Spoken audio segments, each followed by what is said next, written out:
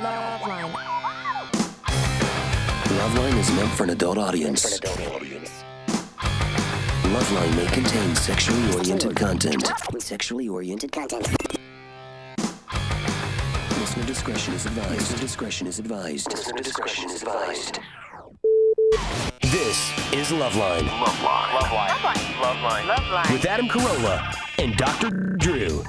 Hey, everybody. Ooh, LoveLine. Does that seem weird or loud? No, maybe it's just my headphones. Hey, Drew. Yes, Phone number, 1-800. Quiet. 1-800-LOV. I'll kick you in the nuts from here. He's out in D.C. With a very long leg. 1-800-LOVE-191. Dr. Drew, board-certified physician and addiction medicine specialist. Not the love doctor, everybody, but actual board-certified physician. You're in Washington, D.C. tonight? I take it you said down, right? I am. Wow, that's awesome. You're in D.C. tonight, Drew? Yeah, it's awesome. All right. Turn your cans down. Coheed and Cambria are here tonight. I know I sort of butchered Cambria. Claudio Sanchez and Michael Todd both here from the band, and welcome to the show, you guys. How's it going? How are you? We're probably as tired as you guys are because these guys just flew in from New York and had to do a bunch of press, and I haven't been home yet. I left at 9 this morning, and Drew, I'm sure, is whooped because his ass was on a plane to D.C. But hold on. Coheed and Cambria songs get intermixed within the best stuff. So we take like a show where David Allen Greer was being extra funny. We get a few plugs for the band in. We hear some music. Maybe we play 3 songs instead of 2 songs. And we all go home and get some much-needed shut-eye. I'm feeling that. Yeah. That's a plan. And Drew's on 1 o'clock in the morning schedule right now. Oh, my God. It's beautiful. It's a beautiful thing. We, I don't think we're going to be able to get away with that. But I think what we should do, the band is, by the way, going out on tour September 27th. They're going to be in Atlantic City, New Jersey, and then going everywhere, right? Yep. Yeah, pretty much all over the country. Out here, they'll be at the Wiltern, which is a beautiful. Have you guys played the Wiltern yet? I don't think we have yet. It's a bitchin' old theater. And I heard it's a really cool room. Have we played it? Amazing. Well, it's an amazing creative name. It's on Wilshire and Western. That's the corner that it's on. So they just some genius just went ahead and named it Wiltern Theater and thought. And here's what you get. Nobody puts that together. They just put the crappy name part together. Right. So you're getting the worst of all worlds. You don't get the part where people remember it's on Wilshire and Western. You just get the funky weird name. And they get the phone calls asking about the address. Speaking about, Drew, do I sound weird in this microphone? You tonight, do. or You is it just sound my strangely. headphones? No. It sounds weird. Like you're fuzzy. Really? Yeah. All right. I think in the band, I know you get asked all the time about the name, and some bands don't like talking about the name. But do you guys mind talking about it, or do you care? Where'd the name come from? It's actually 2 characters in a story I'm working on. And you guys, does everyone in the band work on? I don't want to call them comic books. Is that offensive? No, you can call it comic books, graphic novels, doesn't matter. Graphic novels. But I mean, it's like calling a sanitation engineer a janitor. They don't like it. I'll go with graphic novel and kiss a little ass. That works. But does it have to be a little bit thicker to be a graphic novel, or is it still comic book size? Yeah, the graphic novels are big and glossy. Oh, really? Stuff. Yeah. And like average comic books, like porn script thick, right? Yeah, totally. Like 23 pages. Oh, porn don't go. No, that's a couple who's and ahs. That's taboo 1, 2, and 3 right there. 22 pages. Sorry, I thought you said trilogy. The taboo trilogy. All right, we're going to. I think we should hear a song because Drew. Yeah. You are going to love this band. This band is unique. There's nothing else. Michelle's got a little confused. I don't know which one. Oh, and the computer's not up either. How do I start the computer, nice. Drew? We'll work that out later. Yeah? Control. No, you just push any button. All right. And then push Alt-D. Yeah, hold on. Do I have to hold down the any button? No, just Alt-D. All right. Well, it'll say. Let me tell you something. I've never felt more retarded than when I'm working a computer and you know you got the mouse in one hand and people's going, just hit return. No, just hit. Don't just break. No, just and then their hand goes under your hand and starts moving the mouse around like you're a retarded kid. You know, it just no go up, no upper left, no too far, no gone past. Now I just see a kaleidoscope on the screen because I'm freaking out because I realize these people think I'm an idiot at this point. I don't know. That's funny. I was just thinking, what a team. What a team From 3,000 miles away. Oh yeah, That's it's like right. Operate a computer together. Yeah. All right. We're gonna look. Did you get it? Alt D and then enter. All right. Where's the Alt D? Just Alt is to the left of the space bar. All right. Yeah. Cap, And then- Shift, Center. Yeah. Alt. Alt. Oh, that Alt. All right. Why don't you Alt say and then that D. Alt? And then D. The letter D. And then Enter. Did something happen? Okay. No. No. Okay. We didn't, but I think a garage door opened in Pacoima. All right, we'll work on it during the song. All right, but we don't have the song either. You Oh, understand? all right, so yeah. Yeah, we do. Well, let me tell you this, because I'm going to start singing the dreidel song if we can't get this worked out. Oh, Oh, we yes. do? Yes. Okay. Yeah. Coheed and Cambria, everybody. Who knows what goes on in the old vagina, the old vagina, the old vagina. Thank you. 1 million sold. All right, I don't even know what song we're playing. We're playing Welcome Home. Welcome home.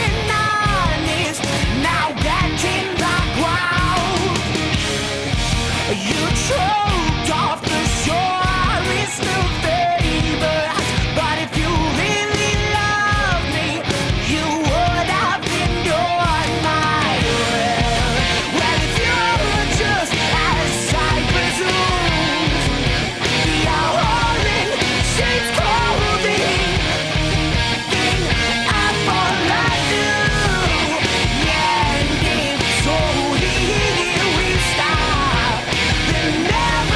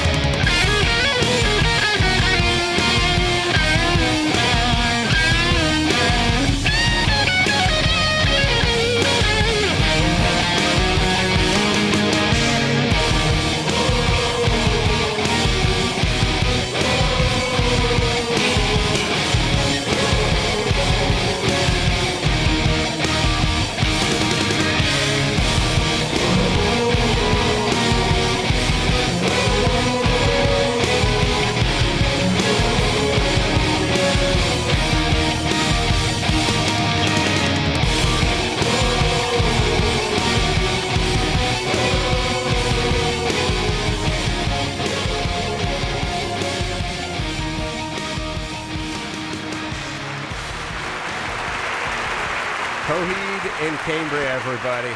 In studio tonight, Claudio and Michael both here from the band. You like that, don't you, Drew? Yes, I do. How'd you know? Well, because you know why? It's symphonic. It's melodic. It's big. Cool. Yeah. I don't go for all this stripped-down crap. I like it big. I like my bands like I like my ladies. I'm with you. Uh-oh. Yeah. No, I just what I mean is you know this I like a string section, a horn section. I like to fill up the stage. Oh man, I'm with you. And we are like as many like musicians as we can get on it. Like lots of music, lots of Who was that? I mean, did you guys arranged all that, and how'd that all work out? A guy named Carl Bergen, right? Is that his name? Carl Berger, yeah. Did the arrangement for like the strings, and it's on a couple of tracks on the new record. And then we had a quartet of musicians come in and just track themselves over and over again until they became an orchestra. Oh, really? That's how it works. And now it's that big. Now, what do you guys do when you do it live? Actually, we just started doing this. We never did it before. But we have a friend of ours from home Mm-hmm. who kind of operates like some keyboards and samplers and stuff, and he kind of just samples digitally from the tracks from the record, and does the best that we can do to recreate it live. And you're not going to see an orchestra up there, but you're going to see some dude like standing behind an amp making a whole orchestra sound. Yeah. Well, good enough, because I'm high. You know what I mean? So I might even be facing the stage. That's my thing. Like a little bud. Maybe the orchestra will be there then. That's what I mean. I'm staring. Hopefully, if I have decent seats, at thousands of people. Yeah, there'll be a whole orchestra there. That's what I meant. All right, Drew, you ready to take some phone calls? Sorry. Yeah, let's go. Who do you want? Who do you want? Break it down. Want to talk? You want someone has a the smelly vagina call fell off. There you go. I always hate that. Damn. Was that a pun? Attracted to needy guys. The smelly vagina fell off. Hey, Danny. Oh. Danny Hello? with an I. You're 18. Yes. What's up? Sorry, I didn't really think you guys. I called before, and you had me on hold for like ever. So. All right. Well, let's not buck that trend. We'll put you back on hold for a little while. That's my fault. I love it when everyone starts off with a subtle jab, which is, I wasn't prepared to talk to you a-holes, because last time I called you a-holes, I was on hold with you a-holes for 90 a-holing minutes. But now I'm on? Oh, okay, now I got a question. Like, don't start. Here's the deal, everyone. Save the insults for the end. Our stupid callers start with the jab in round 1. Save the haymaker for round 12. Get your question in, get your answer, then call me a dick and hang up. Yeah, grip us with the heavy details early. Right. You know what? It's like a job. Your boss should like you for the first week or so. Don't barge into his office and take a dump on his desk. Wait until you quit. And then ask for a raise. Right. That's what I'm saying. All right. Now I feel bad. Danny? No, it's not like that, because I live in Kansas City, so the delay is a whole day. Like, we don't get your show until the day after you guys record it. You're fat. All right, Drew, please. Whoa. Go ahead. Not say that. Go ahead. Ask your question, Danny. Okay, I get really attached to, like, in terms of, like, needy guys, in terms of, I'm pretty mature for my age, in my opinion, and they don't have the same goals as me, and I just get sick of it, I get, like, the guys that aren't motivated, and I really like my boyfriend I'm with now, but I'm afraid it's going to turn into a problem later, and it's like, is there any way to avoid that problem, or am I just choosing the wrong guys? Well, You're choosing the wrong guys. Yeah, what are some of your goals? Well, I mean, like, okay, I graduated high school at a young age, and he's almost, like, he's 19 right now, and is in his last semester of high school. All right. And why? Are you going to college? Yeah, next year. I plan, like, I don't have the funds to do it right now, so I'm working, like, really hard for a year and trying to save up for it. I have jobs, like, goals of, like, getting a good job and, going to college and doing, like, the normal things that I think someone my age should be doing, but it just seems like... All right. and, like, Hold on. I got to give a word of advice to everyone who does that thing where they're talking about always climbing the ladder and working hard, and I got goals, man. I'm going to dump. Don't do it. It's low rent. Don't talk that way. People that have stuff never talk about that. They just quietly do it, Right. When you talk about, like, it's like when I see a guy sitting at the Starbucks with that, 10 things successful people do thing, I just think loser. Right. Now, the guy who wrote the book smart, but the guy's reading it's a puss, Don't do that. There's never been anybody who was truly successful that became successful because of those GD books. Yeah, and You know? and when you start broadcasting it, like when you go like, "Hey man, I'm going places," when it comes to like it becomes a scene from Fame or something, like I'm getting out of this town. Here's Dan, I'm a climber, and I need ambitious people around me, and you're not cutting it. It just seems so white trash. Don't do it. That's what I'm saying. Don't quietly, Danny, be ambitious, but quietly ambitious. Oh, I'm not. Shh, don't Take it down a notch. don't even talk. No, like I'm not. You guys are like overestimating. No, just nod. Okay. Okay, now so, nod your. Hold on, nod your head. Nod your There head. we go. Yes or She's no. nodding. Yes. Are you yes. currently enrolled in a college? Right now? Oh, Bad sign. Right now it's a bad sign because that ain't Harvard, baby, or Brown. No one goes right now. Yeah, right now. I'm in Cambridge. Yeah, I'm going to Harvard. Yeah. You guys are so mean. Okay. All right. Right now you're not going to college. No, I just graduated high school. But I thought you graduated early. You're 18. Yeah, I just graduated last year. Like the end of last year. I was 17, so that's early for me. Okay. And you've been working hard, saving up for school. Yeah. And you're going to go to a 4-year college. No, 2 actually. Sorry to disappoint you guys. Ooh. Let me explain. You don't have to save up to go to junior college. Are you insane? Yes. Yeah. I do. Yeah. No. As a matter of fact, anyone shows up on that campus with more than a 20 in their wallet, they'll toss your ass right out. Take your bong and your hacky sack and get out of here. You're saving up to go to junior college like saving up to go to prison. No, it's You not. don't save up to go to prison. You just go. There's not a larger degree in my field that I'm studying. What are you studying? It's automotive. There's Automotive. not- Automotive. Oh my God. Well, now we found some common ground. All right. Yeah. What are you into? American Muscle? You like the European stuff? What do you like? I don't know. I've like the older cars and stuff. The problem is I've never. Okay, this is going to sound really cliche, but I didn't have a father around, teach me that stuff, and I think that's what drove me to, towards it. You're overweight. Do you know anything about cars? Very, very little. Very All little. right. What? So I'm I'm going to confused. college. You're studying it in college, and Well, what? she's gonna study That's it. the plan, right? Right. I see. Okay. You want to be? Usually you, they don't start from nothing, though, do they? You want to become a certified mechanic?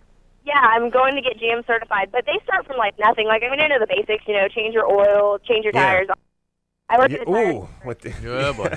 drop the S bomb. Now let me explain something about GM. It's Mr. Goodwrench, Yes. Not not Miss. not Miss Goodwrench. Miss. You understand me? It's not Ms. Goodwrench. Although picture that dyke, Ms. Goodwrench, haunchy, big waffle-soled boots coming down the thing, She gave me a ride down here. pulling your dipstick out and doing it under her arm. Pulling it out. Or whatever. Tasting some tranny fluid. Yeah, you're running That's lean. old. You need to flush Yeah, that. you're a flush out. Tell you what, you're blowing a seal on that slave cylinder, my friend. You want, if I go ahead and tear it down, for the hoist wasn't being used right now. Drive by the pad. I'll do it over the weekend. Slip me a 50. I got nothing to do. I was going to shoe a horse, but go ahead and drop your tranny. Change the seals. You won't pay taxes. Just go cash. I'm running low on red man. All right, are we done with lesbian cliches, Drew? All right, Danny Did we help sounds this young saying, woman?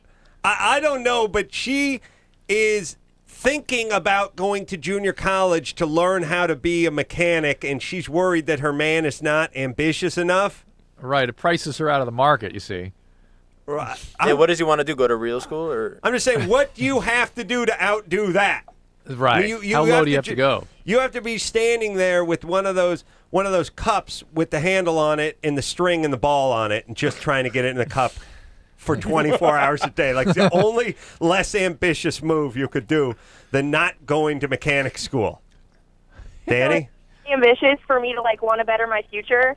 No, you No, should it's want to good. better your future, but go ahead and do it. Don't worry about the guys. Don't worry about this guy. Okay, so just drop him or Well, he's No, 19. I don't know. Do you like him? Fine. Is he a good person? We haven't found out, by the way, why it took him so long to get through high school. Did he fail? Yeah, he got into a really bad drug phase. All right, well, that's a different issue than his sort of ambitiousness. He's a drug addict, and if he isn't actively in recovery, he's going to be a problem.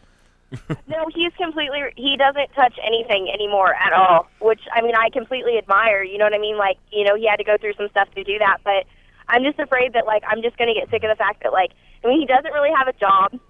Okay. Danny, here's the thing. Do not get pregnant. Yes. I concur. That's it. Here's the reality. Danny, you're thinking too far ahead in relationships, too far ahead in life. You're 18. Relax. Go to college. Get certified. Get that patch with the ASC certification on the thing. Go those are nice. Get your gig at the Ms. Firestone. Goodwrench thing on the shirt. Get the Miss Goodwrench thing worked out. And work on that. He can work on staying sober and graduating high school. Do not get pregnant. Couple years, you guys will be broken up anyway. It'll be no big deal. All right? There you go. Don't. You know, what is that thing? Someone has to tell, like, all 18 and 19-year-olds, stop freaking out. Slow down. Yeah, absolutely. Don't get pregnant. It's like, we're engaged. Don't get engaged at 18. There's nothing to prove. You have 5 years before you have to do anything. Just focus on a little education, getting your head together, maybe a little travel. Try not to get stabbed or get pregnant, and that'll be a good year. All right. Let's take ourselves a little break. Sagely Great advice idea. from the Ace Man. Yes, Drew? Oh, yeah. Oh, yeah. All right. We'll take ourselves a quick break. We'll be right back after this. You have 5 seconds. LoveLine with Adam Carolla and Dr. Drew. 2. Back in a minute. 1. Heat things up with new Durex warming condoms. There's sex, and then there's Durex. Ladies and gentlemen, David Spade. I'm about to take you on a magical journey. Okay, not really, but I am going to take you to a place that's up to its in smoke and mirrors. Comedy Central's The Showbiz Show with David Spade is bringing you everything that's happening in the entertainment world. We cover it all, from Whitney and Bobby to Jessica Simpson's dad. What's up with that guy? The Showbiz Show with David Spade, tearing Tinseltown a new one. Tonight at 10:30, 9:30 Central.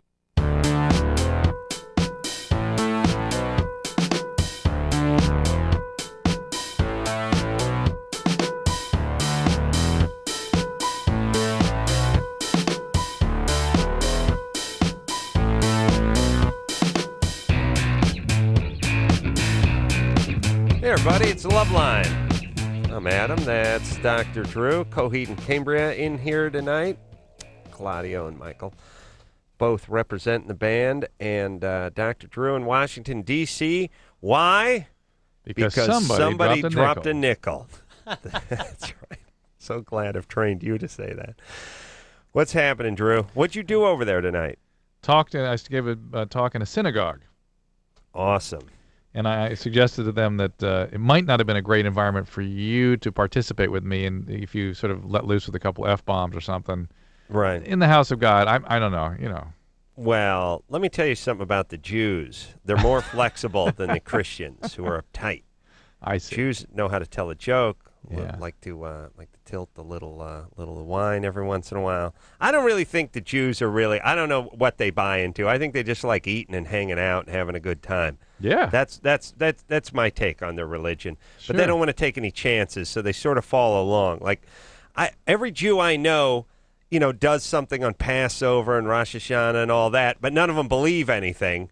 But they just go, F it, I'm going to do it anyway. I don't want to chance it. I don't want to monkey around. I'd like to come out with you tonight, but I got to go home and have this glass of wine or whatever. Yeah, and I got to eat something. A matzah or whatever. Yeah, a lot of food, a lot of food-based stuff. Unleavened, though. Unleavened. Unleavened bread. Absolutely. That's right. All right.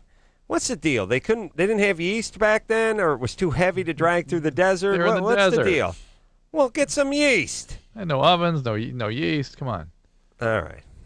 But here's the deal. Do we have to eat that crap now? That was 2,000 years ago. Now we have yeast in ovens. What's your excuse? Stop punishing yourself. All right, let's take a band question. Let's see. Talk to Eric. Eric? Oh, it's a great band question. How'd you guys come up with the name? I think I already asked that question, Eric. I know you've been on hold for a half an hour, so it's not your fault. That's not my question, actually. All right. What you got? I was actually wondering, there's supposed to be a story behind it, right, about Coheed and Cambria? Yeah, that's true.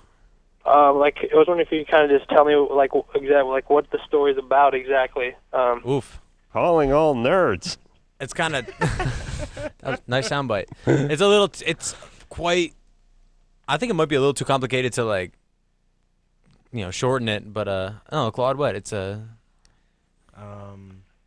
I would suggest going to the website. They talk about it there a lot. Yeah, it's quite a long story. And Go to to the get into it, website, we can't Eric. really sum it up like briefly right now with giving it any kind of. All right, context. anyone who wants the answer can go to what website? CoheedandCambria.com. And you'll find the entire story. All right, let's talk to Seth, who finds sex unbearable. Ooh, sounds like a better question. Let's do that. Yeah. Parents' fault for naming you Seth. You get named Seth, you're not into sex. Speaking of Seth, I was just looking at Seth MacFarlane here on Late Show. Oh, really? Yeah. The Family Guy creator guy? Yeah, Busy brought him up last night. I guess they dated a couple times. Oh, really? Yes. Wow. Yeah. Smart kids. I've never met him, but I find that man a amazingly talented guy. Yeah. Genius. He's and as I love all his work. And as smart as he is nice. as nice as he is. Yeah. He's really a nice guy. He's like a sort of a sweet, unassuming guy. That's Seth? good news. Yeah. What's up? Hello.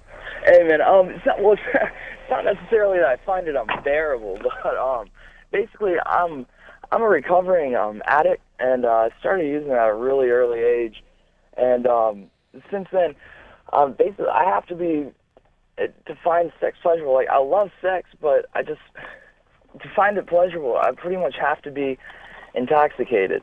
And what do you mean to find it pleasurable? The actual act of it, like being, I've been with, almost like 20 girls, and I've only had sober sex maybe 5 times. Is it a nerd? I'm sorry. Are you an opiate addict?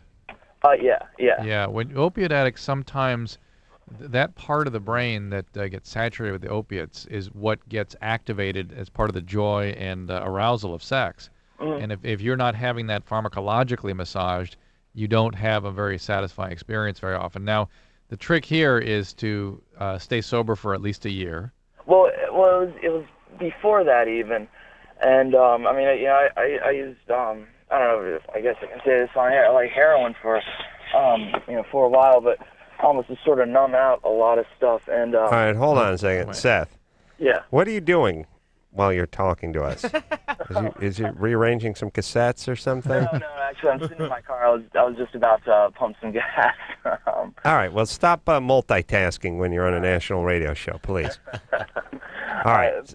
Now, you sound... All right, hold on. Let's talk about Seth for a second. Put him on hold. Seth sounds like one of these guys that's uncomfortable in his own skin. I feel most sorry for these people out of all the people in the world. I mean, you see a guy in a wheelchair, you see a guy missing an arm, you see a guy any kind of handicap. Nothing is as bad as the people that feel like there's 1,000 cockroaches inside of their skin. It's like somewhere between just low self-esteem meets I'm not sure who I am meets I know no one likes me meets life's confusing, but there's something. Well, you know Seth what happened, just strikes me as that. You know what happened. I actually. Go ahead. Yeah, go ahead. I had a question for Drew. Actually, this is Michael from Coheed. Yeah. Don't like opiate addicts? Doesn't that kind of numb you up, like when you're on opiates? Yeah, it does. For the most part? It stimulates a part of the brain called the anterior cingulate, and also there are areas deeper in the brain that are rich in opiate receptors that you really they're down-regulated and can't be sort of activated by normal physiologic mechanisms. And so unless you have that going from that pharmacology, it's hard to feel much of anything. Plus, he clearly was a trauma survivor, and so sexuality probably has a million horrible feelings associated with it. And he's not been sober. I'm sure he's not been sober more than about a week in the last 5 or 6 years. Well, let's you can just hear it. Because I mean, when do you think like how long does it take to get those? At least a year. Seth, no kidding. Seth, were you traumatized when you were younger? Well, yeah, that's one thing. Well, also, I'm just kind of nervous being on air. That's what a lot of it is. All right.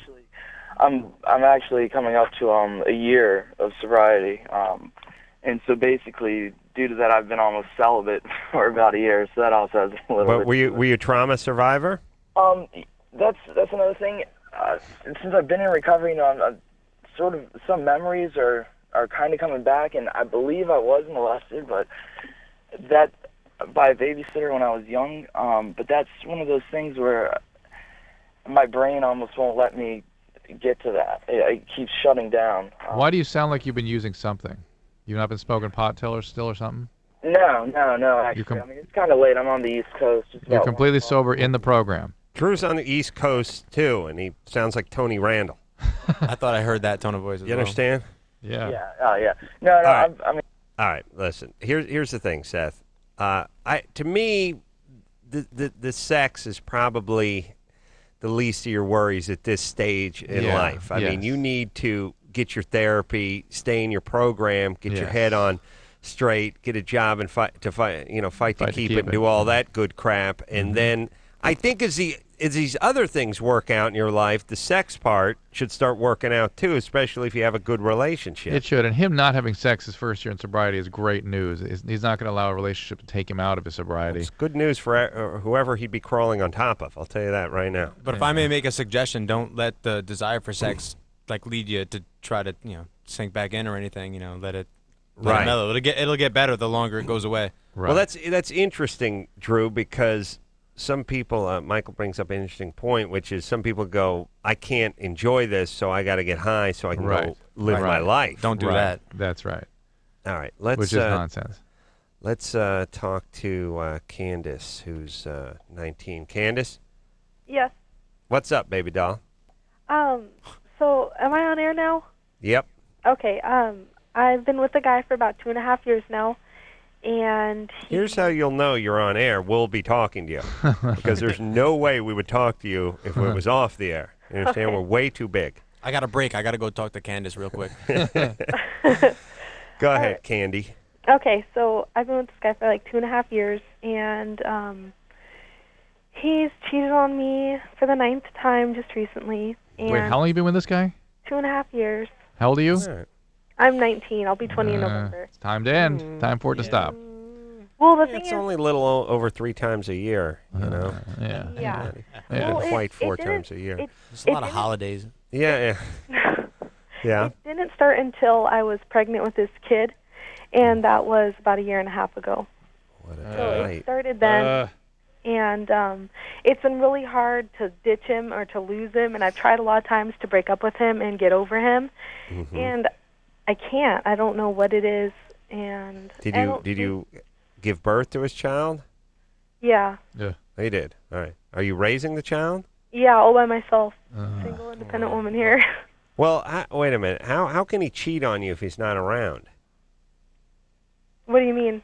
Well, you're raising his child by yourself. Yeah.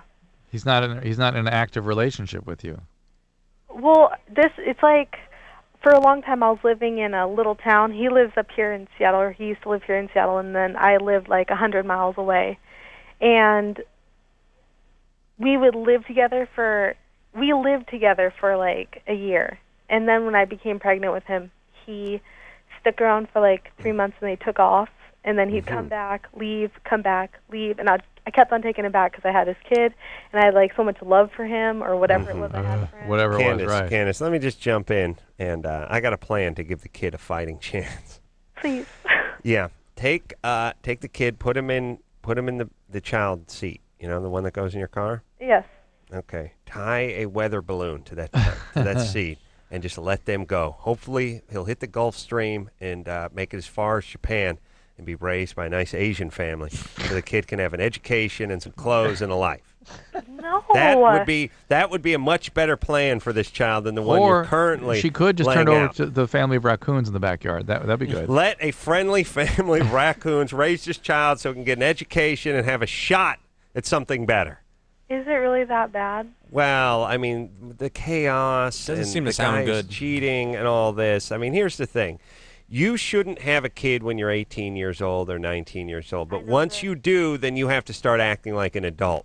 Yeah. And super flaky guy who's popping in and out of your life and possibly going to get you pregnant again when he pops in again needs to go.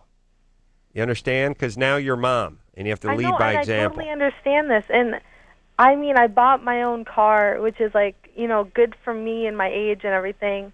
I got myself through high school. I became pregnant when I was a senior in high school. I finished high school. I work 2 jobs, and I live on my own. I'm trying to be the best like mom I can. It's just I can't get over him. I don't know Well, where's your where's your dad? How do I get over him? Do I? Well, where's your horrible father? He's in Arizona. Yeah. What happened when he took off? Yeah, when did he split? Did he know your mom? Yeah. Oh, definitely. He was in my life till I was about 11 years old. Why did he leave? What happened? Drugs. Yeah, listen, you can't get over him because you haven't dealt with Dad. Huh? You got to deal with your dad. Look, you take an 11 Oh my God, my dad is the same way. It's like I've gotten along. I get along. Hold on, Drew. Are you writing this down? Finally, we're learning something on this show. Shocking. After 11 years, finally a breakthrough. Okay, baby. You understand how people are? Here's the deal. I got to give my polar bear speech just one more goddamn time to all the idiots who listen to this show or who have friends who could be told about this. People, not that much different than animals. We're really just an animal. It's sad. We're a little smarter than most, although I think owls are still smarter than we are. But we're just animals, and it's easy to figure out how we're going to act by studying just a handful of us. And if you study polar bears, how many do you need to study before you figure out how polar bears act? Right. 50, 100, 10? I mean, we understand that concept well. You look at 100 polar bears, you watch them for a year, you know exactly how polar bears act. You know about migration and mating, hibernation. You know everything about polar bears from just studying a handful of them. Teenagers, about the same thing. Humans, same thing. She's got daddy. Daddy took drugs. Daddy abandoned her. Daddy split to Arizona, broke her heart. Now she's with a guy trying to fix what she could never fix with daddy. Right. Meanwhile, she craps out a kid with the flake, and the kid picks up the same drama mama does and carries that into her future. So we'll have that to deal with. And don't worry, one kid, she's just 19. Yeah. She's not begun yet. Then her kids haven't begun having kids in their teens, too. That's what we have to look forward to as a nation, unless somebody wants to, A, talk about it, and then, B, stand up and do something about it. Candace? Yes? You need to take a stand, sweetie pea. What do I do? Do I go and relocate? Do I run away? Whatever. How do I whatever. Well, look, whatever it takes to get away from this flake. I agree. Start over. Start over on that tip. Okay, and men are not all men are your dad. What? Men, you understand that your dad he's not Adam. All right, so listen. He's not the original man. He's not the prototype for man. You understand? That's what chicks think. All chicks think their dad was Adam, like the prototype for all men, that all men must be dad. Believe me, it ain't that way. There's plenty of guys that are good guys, but you're not going to be attracted to them because they're not dangerous and they don't remind you of dad. Yeah, did your dad even grow apples? Candace. Sorry. Yes. All right, your dad's gone. This guy's gone. You got a kid. You're smart. You're not stupid. You got to get yourself off autopilot. So, I'm serious, like for future relationships. What if I run into something like this again? She's going to go to women. I just know it. Oh, really? Yeah. You're going to go to women? You ever think about women? No way. Yeah, I actually have. Honestly, yeah. I have. Yes, I know you have. I can tell. Should I go that way? I can just tell it's where she's headed. Man, I wish I was that flexible sexually. Yeah, I know, what do right? you think, dudes? Should I go dude? I think about blowing a guy. Not that easy a question. Jimmy's, he's a good guy. He's a provider. I listen to you guys' show. I'll blow him. I'll do it. Where I call you guys and get some advice from you guys. Something, I've really gotten to the point where I know I need to do something and lose him and move on with my life. But I'm just afraid for the future. I mean, am I going to end up afraid to have a guy who's not cheating on you, probably has kids with other women? Right. Afraid of losing all that? It's like I don't want to go to the doctors because I'm scared I'm going to lose my herpes. No, I'm afraid something like I'm afraid I'm going to get in a relationship like this again where you will. You will, but then it'll be a little better, and then the next one will be a little better, and eventually it'll be flushed out of you. Yeah. Well, and you need to get my some. main concern is my child, right? I want my kid All right, to turn out good. Then don't get in any relationships for a little while. Have the relationship with your kid and a therapist. Avoid guys that you're really excited about being with. Those are going to be the bad guys. Guys you're really into. Oh, feh. Yeah. That's why I got laid. I was a bad boy in high school. Oh yeah. You guys are deep. Yeah. Call me Blade. Brillo head Blade. All right, let's take ourselves a little bit of a break. Coheed and Cambria in studio tonight. Claudio and Michael both here representing the band. Thank you. And we'll be right back after this. The phone number for LoveLine is 1-800-LOVE-191. LoveLine, I'll be right back.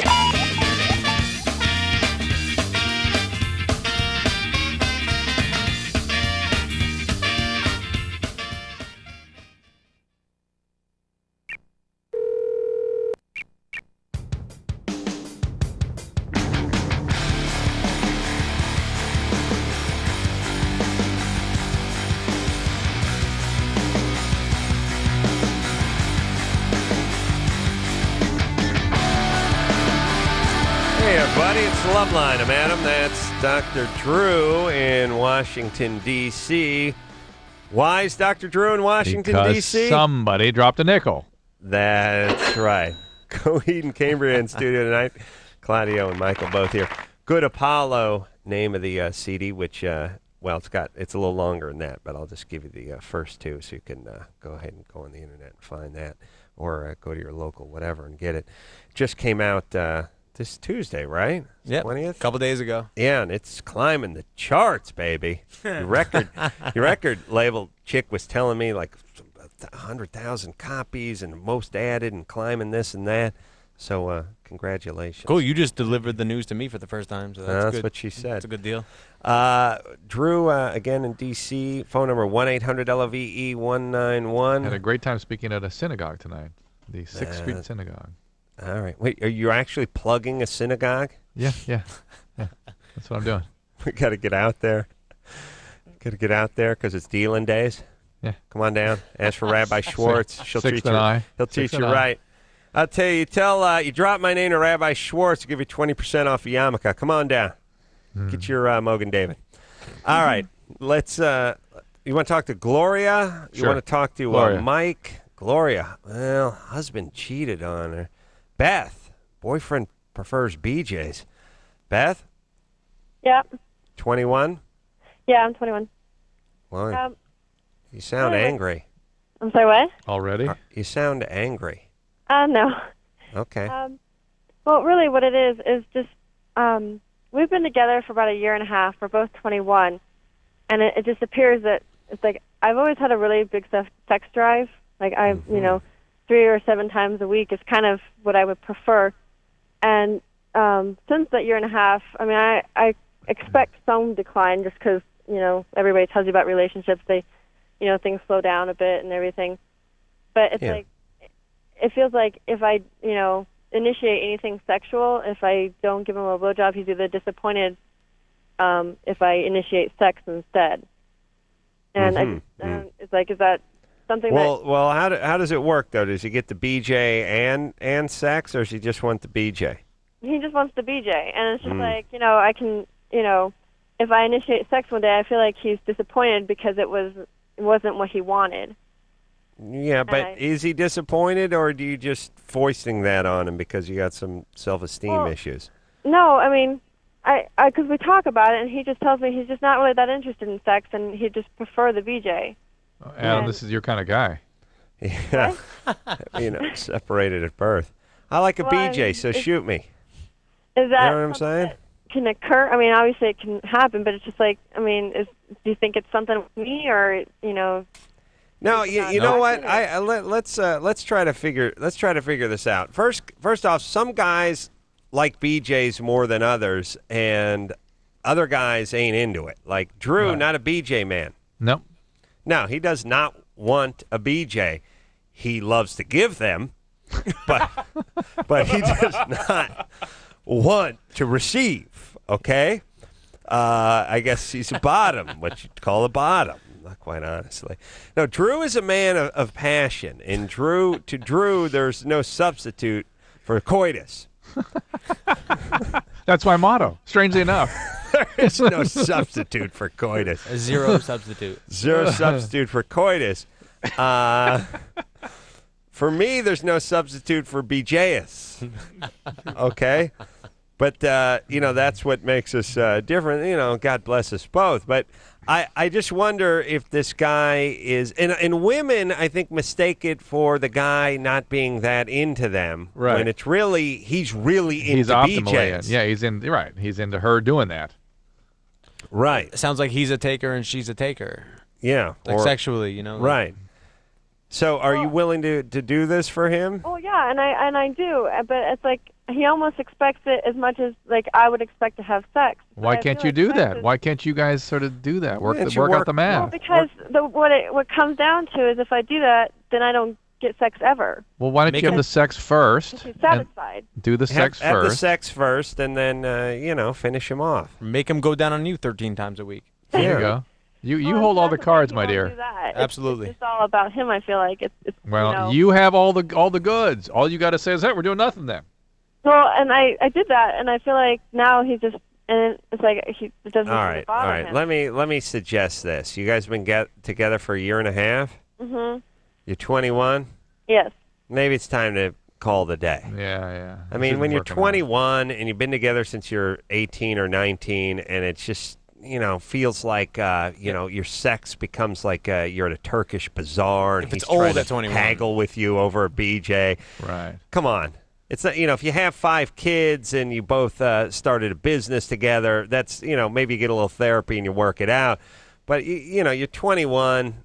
Maybe this guy's not compatible with you. You sound angry at him. Right. You wasted a year and a half. Maybe you move on. Okay. Yes. All right. You get hooked up with a guy who's into anal. And then you know how it feels. And then you'll beg for the BJ guys. That's what I got to say to all you broads who make fun of the BJ guys. Where do you get the anal king? Then you'll be dying to come back to the Ace Man. Begging to give me a BJ. You won't even be able to beg because they'll be in your mouth.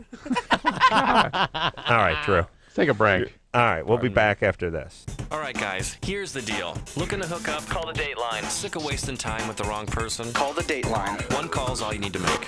Call the Dateline. 1-877-889-DATE. If you need help, call LoveLine. 1-800-LOVE-191.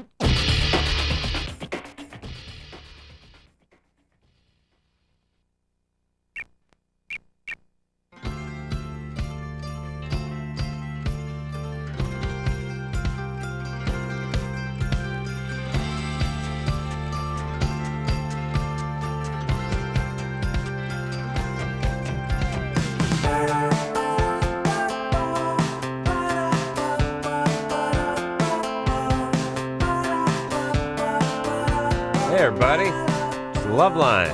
Nice. I'm Adam. That's Dr. Drew in Washington, D.C. That's right.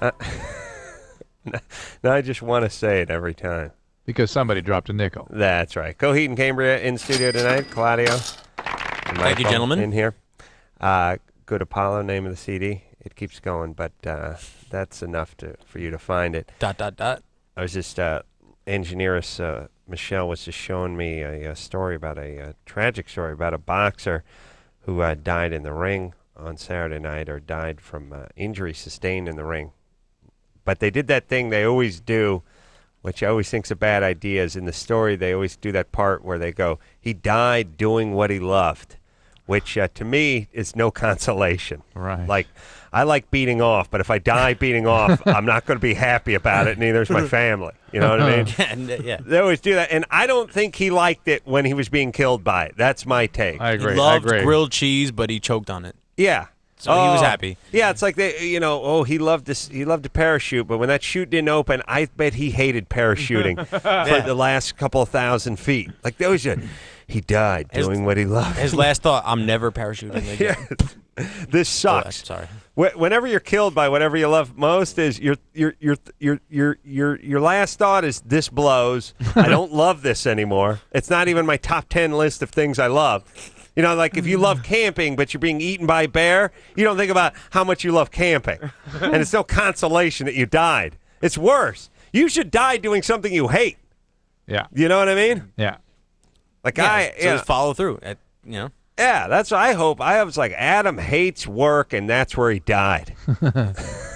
You know what I'm saying? Yeah. And it all came together. It all came together. It was good that he died earlier in the day, so he didn't have to stay to the end. All right. Shall we keep moving forward, Drew? Yes, please. I'm hearing an echo. Is that your cans? I don't Drew? think so. I don't think so. All right. Cans are what we call headphones in the business. It makes people think you know what you're doing. And they're as big as cans. Bouncy. Got nice. Got a question for the band. Got a smokes pot question. Musical influences. We'll try that with the band. Griffin? Hi. 13? 17. 17. All right, Yeah. says 13. Go ahead. Yeah, I had a question for the band. I just want to know, like, what some musical influences were for you guys, and, like, how you guys got started. Musical influences. Primarily a lot of classic rock, like Led Zeppelin, The Police, Pink Floyd, things like that. How we got started, as any other band would get started.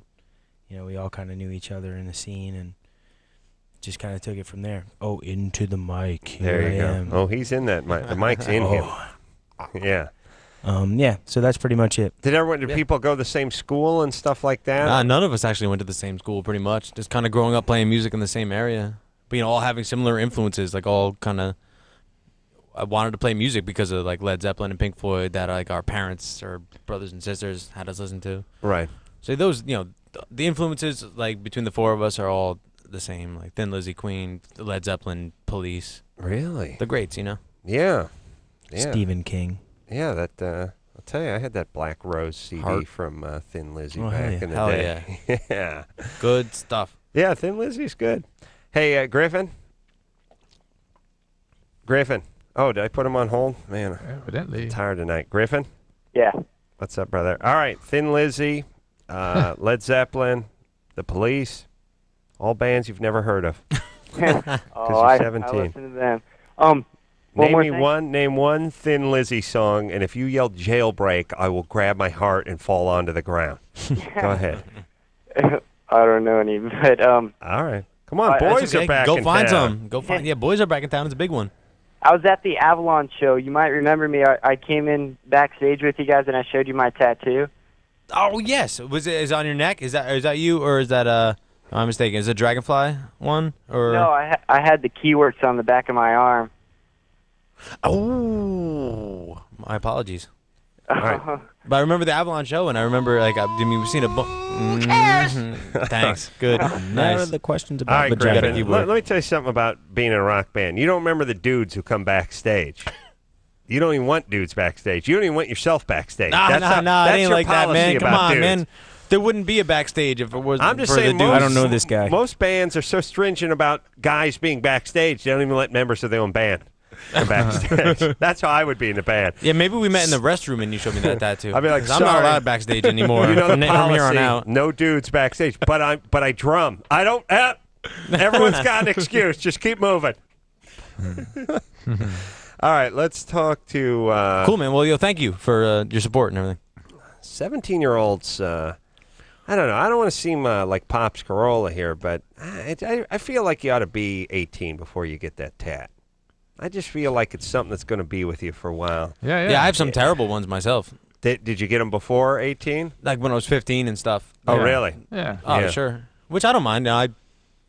I signed up for it and whatever. Yeah, but here's the thing. If you really think about the stuff you're into when you're 15, whether it was the cars, whether it was the chicks, whether Yeah, it was whatever absolutely. you were into, whatever you thought was really mega cool at 15, you sort of laugh about now. That's why you cringe when you open your yearbook in high school. But the tat is like a yearbook that you wear constantly for the rest of your life. Yeah, but that's kind of like a notch in the journal. I have some stuff that I kind of detest and I kind of shun from showing people as often as possible. But, it's there for a reason. I got when I was 15. I was like, yeah, I was 15. That's why I have this. So that's, All right. it's a little notch on the, you're on the tray. You're a bolder man than I. To me, it's like having the same crappy haircut you had when you were 15 just because you had it. But you know can what I change mean? that. And here's my theory on tattooing. Like, Yeah, you however can many change years ago, that. That's what I'm however many saying. years ago, you couldn't really get them removed without whatever Brillo and stuff. Right. And now, a couple years ago, then tons of laser surgery. I predict, when I'm absolutely can't stand it anymore, maybe, whatever, Get a laser. $25, just get that zapped off in 2030 or whatever. Try 2,500, but what'd you get? Because it's not. You got to go 9 times. I know all about What that. I got some just some small pieces from an artist in Kingston, New York, like a little solid black dragon and stuff. When I was 15, it's not. But it's not. Nothing Still, really. It's not like the Fonz holding 2 thumbs up and saying "Hey" or anything. It's not right? like. I got that. It's not like a. It's not like a Alice in Chains tattoo or anything. You know. What I'm All saying? right, so it's not nothing too bad. All right. Well, that would have been good. All right. In retrospect, All right. I digress. All right, let's keep on keeping on and speak to Gloria, who's 21. Gloria? Yeah. Ooh, got Oh, that yeah. little girl voice. You sure does. Hi. What's up? Well, about 7 months ago, back in February, I was a few months pregnant. Hold on. Did you get molested? No, actually, I've had a pretty normal life. But Very, how old are you again now? Huh? How old are you? 21. I'm 21. And you're but- pregnant already? Oh, I've been married for a year. Mm. So, but I had a really normal family, and my father was there, and he was great. So, I mean, All right. But back in I got married in August of last year, and then in February I was a few months pregnant, and shortly, mid-February, I found out that my husband was still involved with his ex-girlfriend Roxana. And as if that wasn't bad enough, I found out maybe 2 or 3 days later after I miscarried. Ugh. And I found out the 2 days that I was in the hospital, he was with her or calling her when I needed him the most.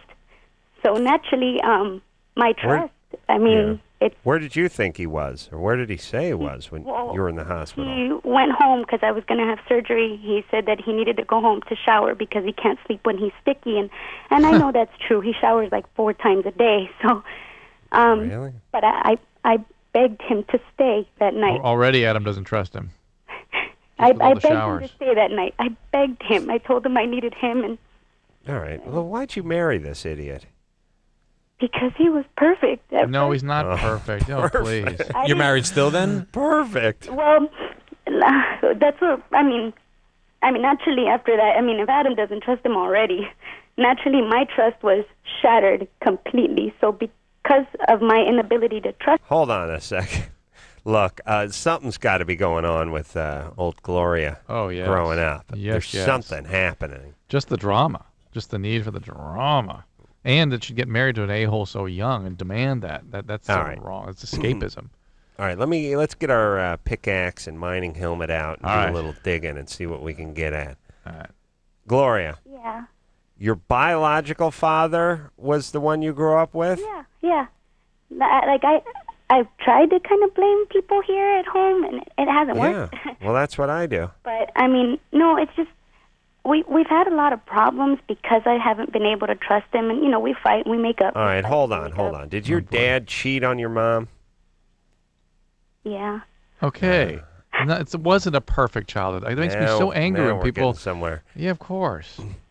That's what you married. You married your dad. There you go. Once again. I told him that once, but because I haven't been able to trust him, our fights have escalated to a point where he asked me for a divorce today. Today? Hold on. I'll tell you, Gloria, there's, I know you're going through a hard time, but there's just so much pain and drama in your voice. I'm heartbroken. I understand. Well, I understand that. It's a throwback to PTSD from your dad. It just, what is that? You screwing around? No, that's Anderson. We haven't I've Anderson, would you stop that? This poor girl's on the brink of suicide. That's awful. That's awful. Come on, man. Anderson, I know you're high, but please understand that's inappropriate. Well, she chuckled, so it maybe made her it's laugh. Yeah. Yeah, exactly. Yeah. All right, so it'll be the last sound that comes out of her mouth. In fact, do it again. Oh man! Oh, Christ, Anderson. Now I actually think you could do time. It's at least manslaughter. Gloria. Yeah. Look, let me just give you the broad strokes. Your family was not perfect. Your dad cheated on your mom probably more than once. You probably heard all the chaos and all the fighting. There was probably some booze or some drugs involved, I'm guessing, too. You hooked up with a bad man. And let me tell you something about this guy you hooked up with. I don't know how old he is. I'm guessing he's around your age, 21, 22? He's 25. 25. All right. He is still 10 years away from being right if he's ever going to be right. If. That's a big if. That's if he either finds Jesus Christ or smartens up and sees a therapist.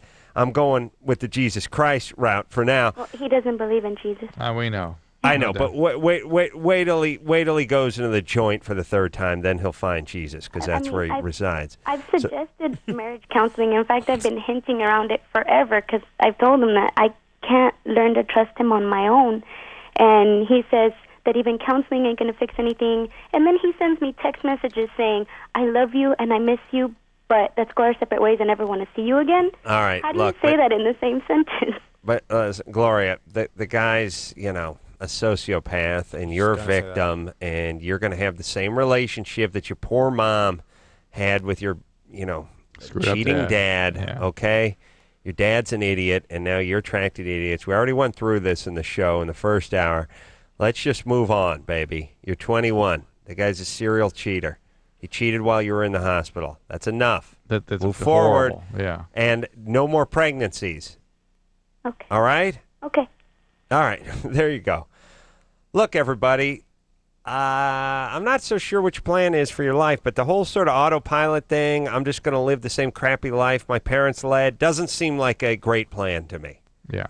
Your plan should be to not make any of the mistakes your stupid parents made. Right. And here's what you do. You look at them. Look at it like a gin rummy hand. You want to discard the bad cards and get more good cards. If your parents did a handful of things right, go ahead and take that momentum and learn from it. If they did a few things wrong, learn from that. Don't repeat it. Learn from it. And learn to recognize it. Yeah, learn to recognize. Biatch. Biatch.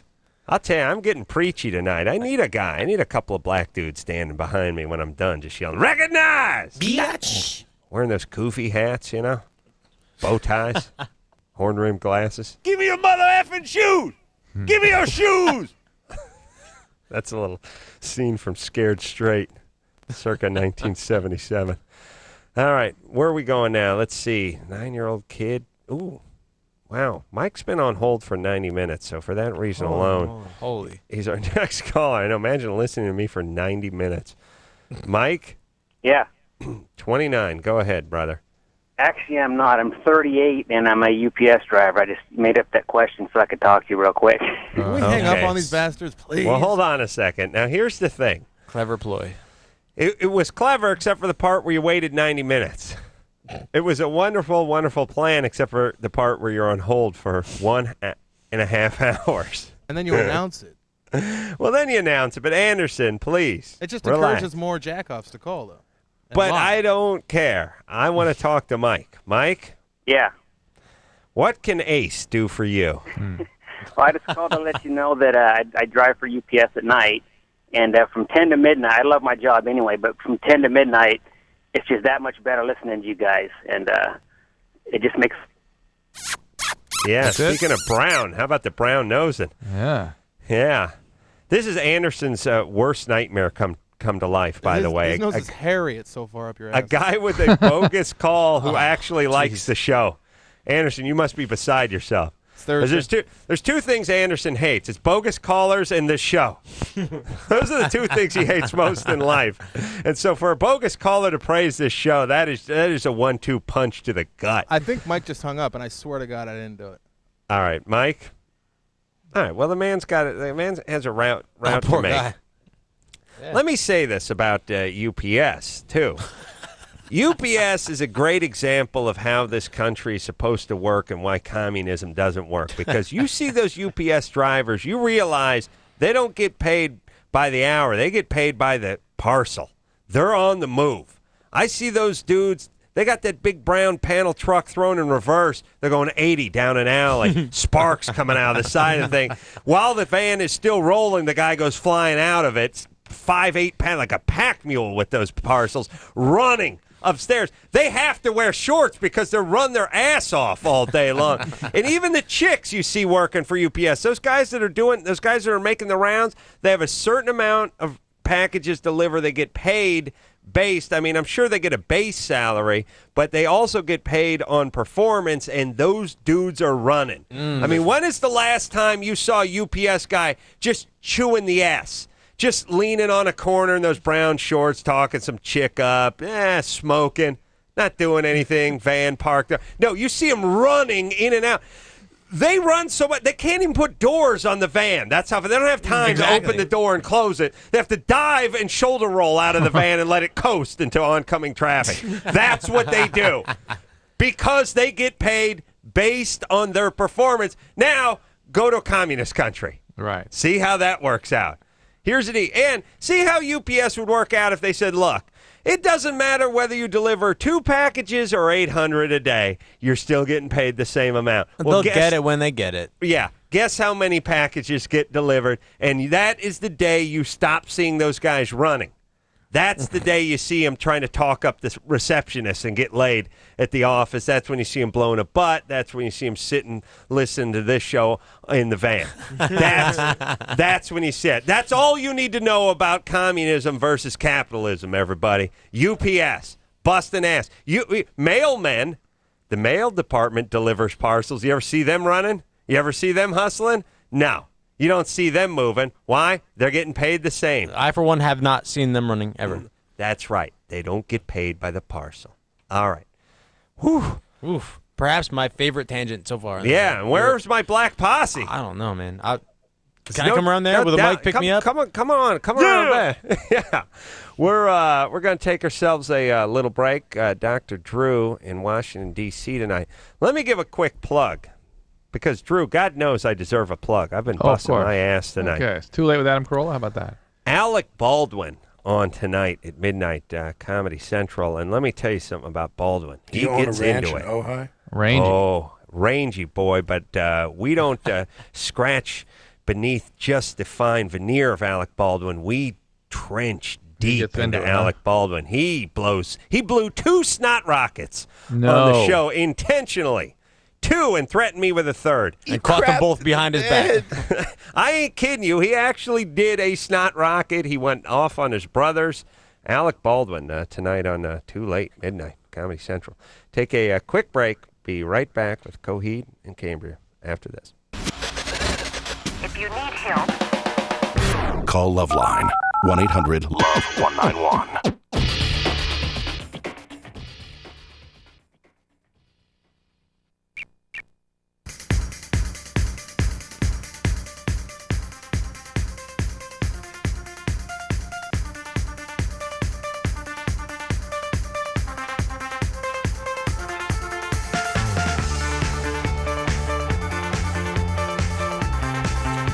Hey, everybody, it's LoveLine. I'm Adam. That's Dr. Drew.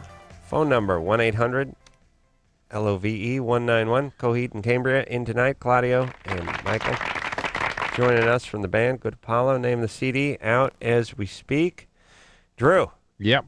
You know, you missed the San Gennaro, the kickoff of the San Gennaro feast tonight. Here. How was it? Here. It was good, you know. Lots of talkative ides, although I'm such an idiot. You know, I was there, and they were doing the whole press thing. I just saw it on the TV behind us here. They did a thing on the news. It reminded me of it. But I got there early to do the whole press thing and talk about the San Gennaro feast, and they had a couple celebrities and a couple Italian celebrities and that kind of thing. And I spotted it. So it was this thing where the money's going to charity, and we want to thank Ralph's for sponsoring us, and the local this, and the money's going to the food bank, and this and that. And city representative Tom LaBonge is here. Come on up, Tom. And I thought, oh, Christ, I got to get this guy and start talking to him about the goddamn traffic situation in this town, because I'm going to give this guy an effing earful. Oh, my God. I got to talk to this idiot. He doesn't synchronize any lights. It got the stupid red arrows. Did you talk to him? No, the problem is I'm up there smiling and taking pictures for everyone, and then then he slinks off, and he's talking in the corner, and I'm up there doing interviews, and I'm thinking, don't go, I got to talk. And then he disappears into the crowd, and never comes back. Damn. Yeah. The shadow knows. I know. You know, the thing about politicians is they do 2 things. A, they keep moving. They're like sharks. They got to keep moving forward, because the second they stop, they're going to have a whole bunch of pissed off citizens around them. With Maybe harpoons. Like an angry mob. Yeah, angry mob. And the second thing they do is they use your name over and over and over again. It's one of those things they teach in BS school that makes people think, like look people in the eye and use their name over and over again, except for the last time I talked to Tom LaBonge. He thought my name was Alan. So it doesn't work when you don't use the guy's right name over and over again. Alan, I hear what you say. Alan, I'll tell you what, Alan. I'll tell you what I'm going to do right now, Alan. Alan, I'll make you this promise, Alan. Alan, oh, wait, your name's Alan. I'm going to talk to one of my representatives, Alan, who's going to focus, Alan, right on this, Alan. Okay, Alan? And I was going nuts because he was screwing my name up, but doing that BS politician thing. This is when I spoke to him on the phone, wanting to speak to the folks at the traffic department, and that's my that is my drug-induced fantasy that I get up in front of all the people who are in charge of traffic in this city and start screaming at them until I'm dragged off the stage by security. Yeah. Drew, you can come with me, by the way. Oh, I'm coming. I might need a note from you saying I'm clinically insane so I can get out of prison. Well, they'll kind of figure that out. All right. So, yeah. Oh, we should hear a song too. I'll tell you what. Let's take a call and then we'll hear a song. Yes. All right. Perfect. All right. Let's see. BJ question. Smokes pot daily. This could be fun. Yeah. James. Hey, what's up? 22. How you doing? Good. What's up? Nothing. Actually, I worked on 2 of Coheed and Cambria's last videos, Welcome Home and The Suffering. I just wanted to say that you guys are pretty awesome. Cool. How's it going, dude? Pretty good. I did a majority of the visual effects on your 2 videos. Very cool, man. Yeah, it's a fun time. It grew on Crazy me. meeting you in a place like this. Well, he's calling yeah. from my hometown, North Hollywood. Mm-hmm.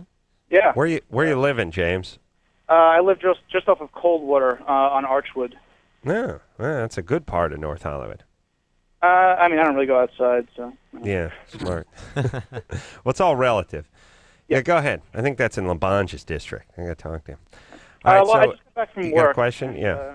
Yeah, I was having a dispute with my coworkers regarding pot usage and what it takes to be considered a pothead. Marijuana addict. Marijuana addiction is always the same in every situation. It's somebody who smokes pot a couple times, and it sort of primes the effect, and finally around the 3rd or 4th time, you have this amazing experience where you just fall in love with the drug. You have this amazing euphoria, and you use it every day from then on. I mean, over the course of years, the effect starts to wear off. You start getting anxious and depressed. Start smoking more to compensate for that, and then you fall into rather serious depression typically. And at that point, people switch to something else. But it's an addiction that's extremely difficult to treat. It's a very clearly an opioid effect in some people, and others not at all. But those people that get that, oh my God, it becomes a profound addiction that's very hard to treat. Why are you looking at me like that, Claudio? Yeah. Here's the thing too. If you do special effects for videos, you probably have a problem with weed. Well, yeah, I mean, I'm no doctor, but I've been around. Videos were fueled by marijuana and a lot of it. All right. Well, look. Here's it, James. Yeah. I don't know how much pot you smoke, but I'm not uptight. I actually at the San Gennaro feast had some guy from the pot advocacy board come up and approach me, weird guy with crazy eyes, and look at me as a hero of his for explaining I should think, pot should be legal and you should keep people, let people make their own informed decisions about it. But here's the thing. For some people, pot is a problem. There's no doubt about that. And why am I hearing myself echo?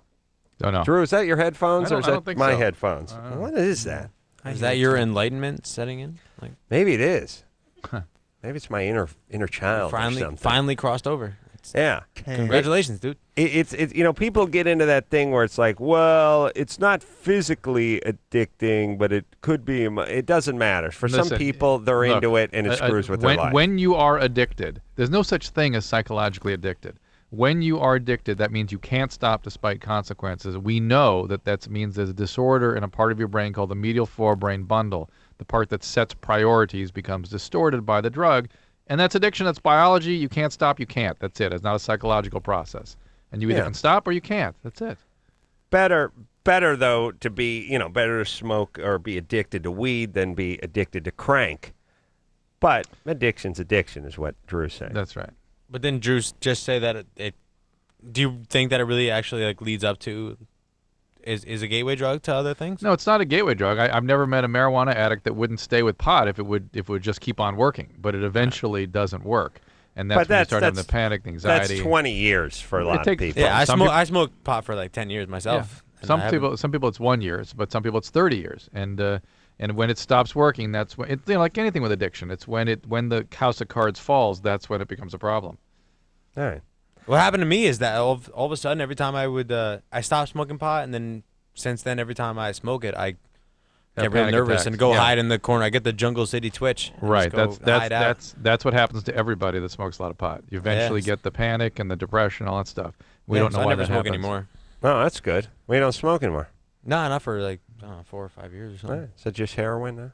Yeah, just only like whippets. Oh, yeah. And, Yeah. crystal meth. No, I'm just kidding. Well, meth is the most common toner. thing. Yeah, meth usually becomes the drug of choice after pot. Oh, that was a joke. I don't. No, I'm just saying it does because it corrects the depression that the pot causes. So. Really? Yeah. Is that like a basic a go-to after pot? It's addiction, one of the more. or? It's the most common go-to because it corrects all the problems that the marijuana causes. I mean, when you're searching around smoking more pot to try to get the effect back, and you keep getting panicky and anxious and depressed, you start looking for other solutions, and amphetamines corrects everything. So people think, oh, there we go, let's keep going. Jesus. I don't understand why. I guess, reading some article a couple weeks back about how much money the current administration is putting into weed as opposed to meth, and they're putting more into weed or prevention or stopping or whatever than there of meth. And I really, someone needs to sit sort of the man. And when I mean man, I mean white guys in their 50s and 60s who are Republican, and really explain to them the difference between the different drugs. Because to them, you're either on drugs or you're not, and that's it. No, I think Mr. Bush knows the difference. I think he does. Well, if you look at his policies, he doesn't seem to know the difference between pot and meth because he's putting more money into pot than he is into meth. And anyone who comes into contact, let's just put it this way. You do not want to live in a society where more people are high on meth than are on pot. Yes, agreed. Agreed. I don't know. That could be kind of cool. No. Be real cool to have a bunch of guys breaking in your house at 4 in the morning. For like a weekend, No. I could take some pictures and... you could watch from far. From a helicopter, you would take those pictures. All I'm saying is I would rather have... Let's put it this way, Drew. Yeah. I would rather have 50% of the populace smoke marijuana on a regular basis and every day than 5% have a problem with meth. I concur. What do you think of those numbers, Drew? I'm think about homicides, brother. Yeah. Well, the speed problem is so huge now already that we're getting in there. We probably I'm just saying 5% of the population, which should be I don't know, several million. Several million people high on meth. I mean, or 15 million people you got high me. on meth. You got me. Yeah, I'd rather have everyone just smoking weed. Yep. All right, and so would Frito-Lay. Oh, that's who you Drew, work for now. You would still work for. I would buy stock. Of course you would. If I had this tip, if I knew this was coming, I would just buy. I would sell everything and dump everything, all those tech stocks. Go get Frito-Lay and let's go. Whoever makes Bugles and Funyuns, go get it. Oh, well, I'll be rich. All right, let's hear a song, shall we? Beautiful. Yeah. What song are we going to play next? Oh, it's written down. Here we are. Yeah. This one's called The Suffering. Is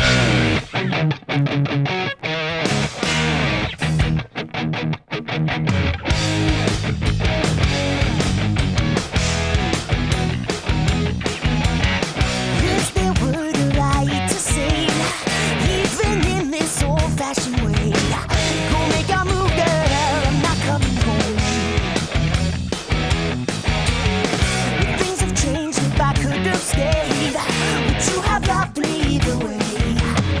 Dressed to the blues day to day with my collar up. Decisions say so make you crave. A breath inhaled from an air so sick. Yeah, 'cause the day that I heard of the Wagyu spot, you had your home to bleed. If it was up to me, I would have figured you out way before the gear clocked out. Oh, I hope you're waiting. Oh, I hope you're waiting. Listen well, will you marry me?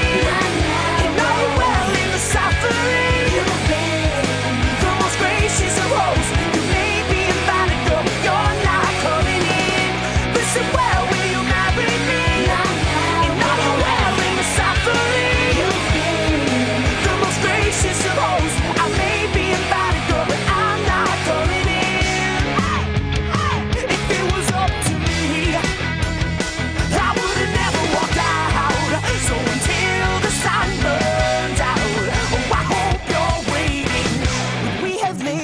child would care. With this fire to drink I dare. Only to cry all alone, your taste and found.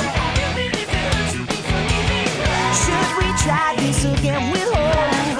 Or is it lost? Give up the ghost. And should I die all alone as I knew I would?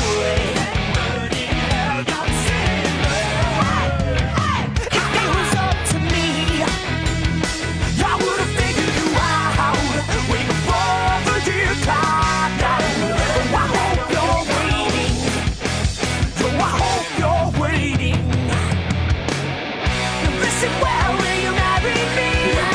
And are you well in the suffering? The most gracious of hosts, you may be invited, girl, but you're not coming in. Listen well, will you marry me? And are you well in the suffering? The most gracious of hosts, I may be invited, girl, but I'm not coming in. If it was up to me, I would have figured you out way before the year clocked out. Oh, I hope you're waiting. If it was up to me, I would have never walked out. So until the sun burns out, oh, I hope you're waiting. Now listen well, will you marry me? And are you well in the suffering? The most gracious of hosts, you may be invited, girl, but you're not coming in. Listen well, will you marry me? And are you well in the suffering? The most gracious of hosts, I may be invited, girl, but I'm not coming in. Listen well, will you marry me? And are you well in the suffering? The most gracious of hosts, you may be invited, girl, but you're not coming in. Listen well, will you marry me? And are you well in the suffering? The most gracious of hosts, I may be invited, girl, but I'm not coming in. And you're not coming in.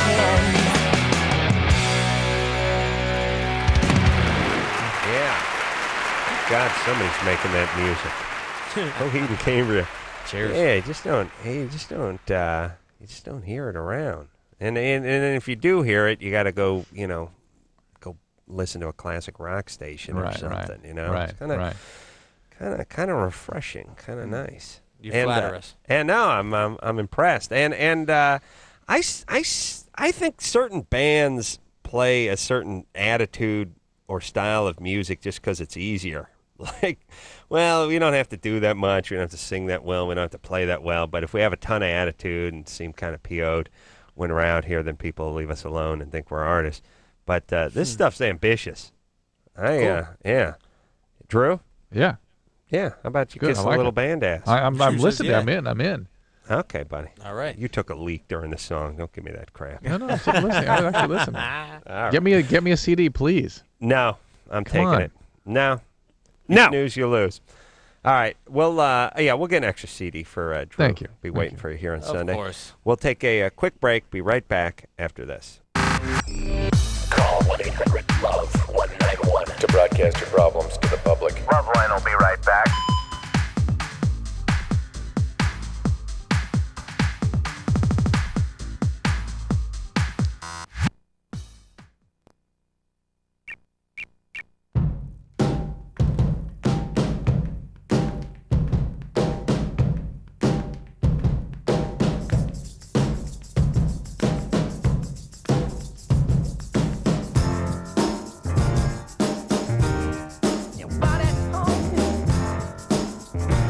Yeah, everybody.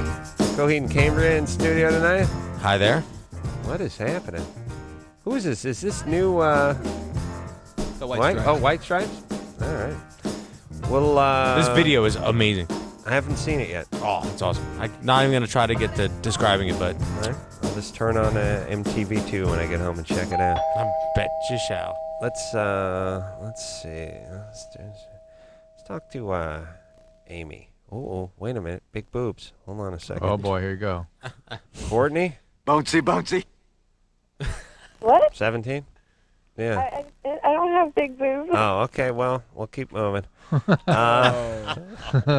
Well, just hang on. She's only been on hold for 34 minutes. What does it say up there? How did you read big boobs? Gets sick to her stomach when her boyfriend sucks on her boobs. I guess I saw boobs and stomach or something. I thought they were big. I'm not a big reader, Drew. I believe it poisons the mind. I know. I've noticed that about you. What's that place called where they hold the books and then they let you borrow them again? The bookstore?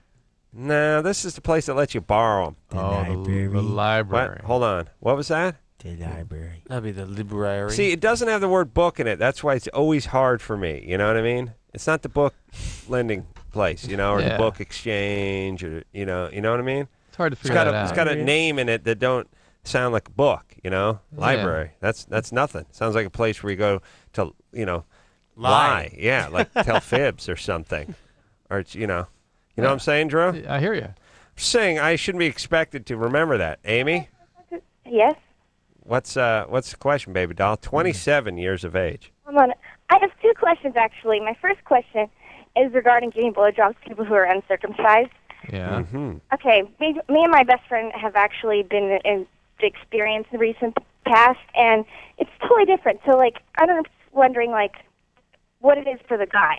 Are you supposed to just put the whole thing in your mouth, or are you supposed to pull the skin back? 'Cause it's kind of a pain in the ass. Mm-hmm. Well, the skin's when the guy's hard, the skin kind of comes back automatically. Right. But Yeah, still, it's best not to break the penis up into too many parts when you're giving a BJ. Just lick the Go ahead. cheese. Yeah, just put the whole thing in there. Yeah, I would say, well, let the guy sort of guide you. Yeah. Yeah. Well, all he says is you're so good, and so I think that's what's the real. Oh my God, this Watch girl's. that thing. Where'd she go to finishing school? I didn't quite catch that. I think Geneva. Geneva. Okay. I'm pretty sure it was Geneva. Lausanne. It was Lausanne. You're right. Lausanne. Yeah. Okay. It could have been somewhere in the south of France as well.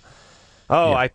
I picture Amy's upbringing. Just a quartet of cello players at long table.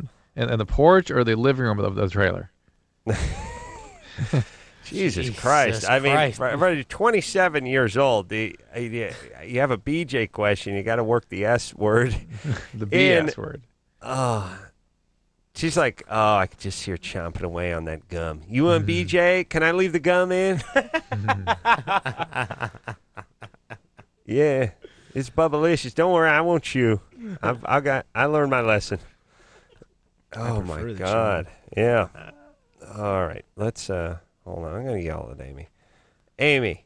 Yeah. No swearing. You understand me? Okay, got it.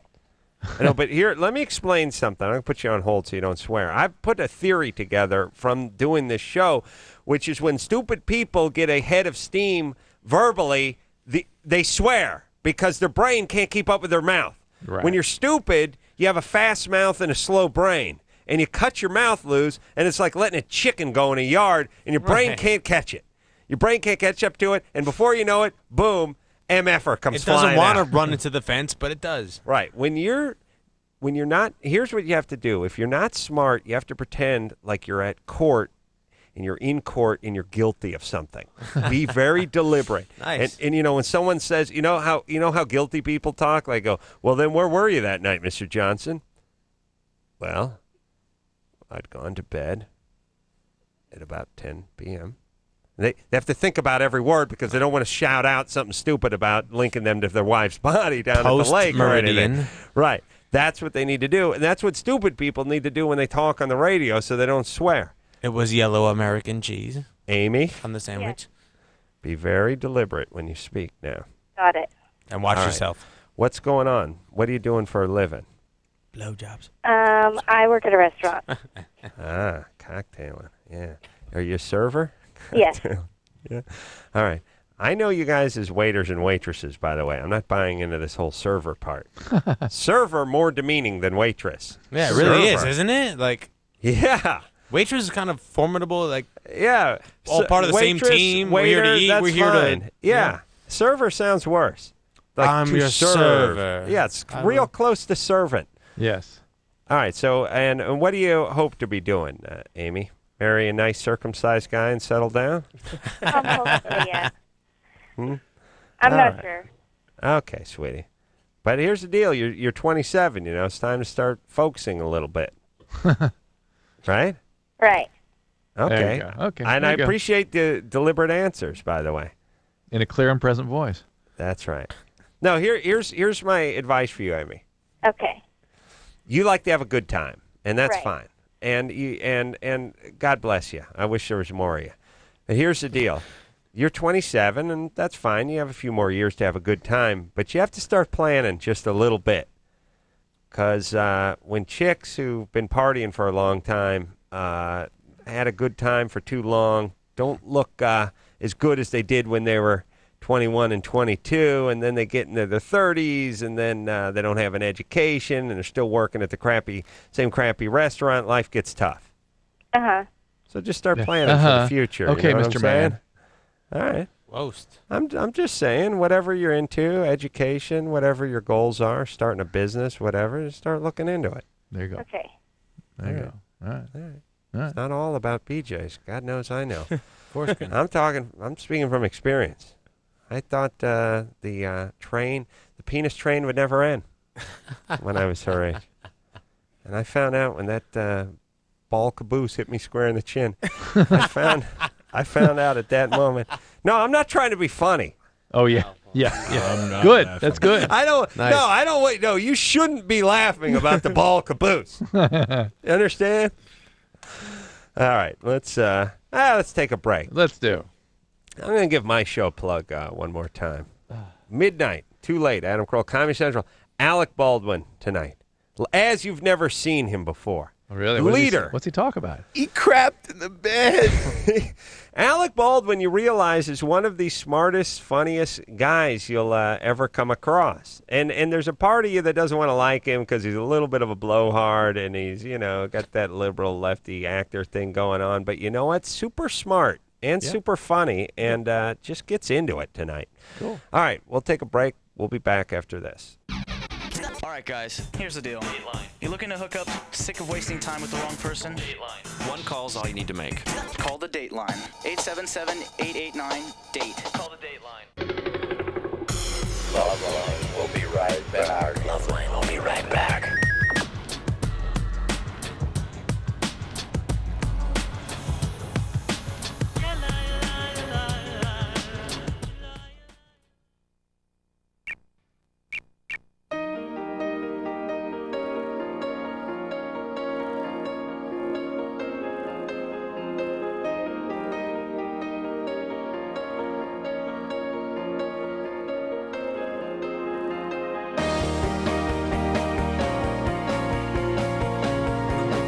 Hey, everybody.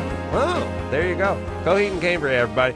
Hi there. Good Apollo, name of the CD. Yeah. Michael, Claudio. Hey, It has Adam. been real, but we is out of time. What's And that, Drew? I'm watching the footage of this storm come in. It's really amazing. So our thoughts go out to everybody. Get the hell out of there and then get back in and rebuild. Yeah. Indeed. Meanwhile, it's 104 out here. Oh, it is? Yeah. Oh, great. Yeah. You're coming back to the Devil's Cauldron. Yeah. All right. Drew, God bless you from D.C. Oh, what is it, Thursday? I got to thank everyone. Well, listen, you know who you are. Yeah, thank you. you. did a good job. Yeah. Come on, I have to thank you every week. Everyone. Yeah, and who the hell thanks me? Thank you, Adam.